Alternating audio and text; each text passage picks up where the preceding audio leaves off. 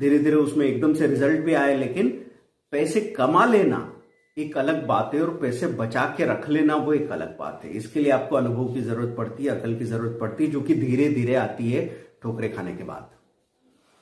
तो अब 4-6 महीने वापस हम मेहनत का काम करने लगे, लेकिन वहां कोई लड्डू रखा हुआ तो नहीं था ना।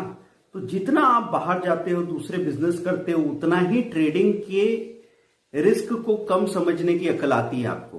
क्योंकि मैं कोई सा भी काम करने जाता हूं, रिस्क तो छुपा हुआ है, लेकिन वो धीरे धीरे होता है। यहां झटका है तो वहां हलाल है, इस तरह की बात है।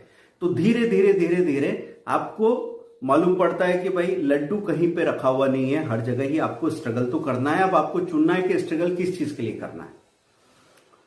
तो 6-8 महीने के लिए मैं रवाना हो गया। फिर ऐसी हालत हो जाती, जो एक ट्रेडर एक बार स्टॉक मार्केट में आ गया और उसने यहाँ की ग्रोथ देख ली है, बाजार गिर गया, 3-4 महीने का लॉन्ग करेक्शन है, 6 महीने तक बाजार नीचे है, सपोज आपके पास पैसा भी नहीं था। अचानक जब भी आपके पास पैसा इकट्ठा होगा और आपको खबर आएगी कि सेंसेक्स ने नया हाई बनाया, निफ्टी ने नया हाई बनाया, आप फिर आ जाओगे, आप उससे दूर नहीं रह पाओगे।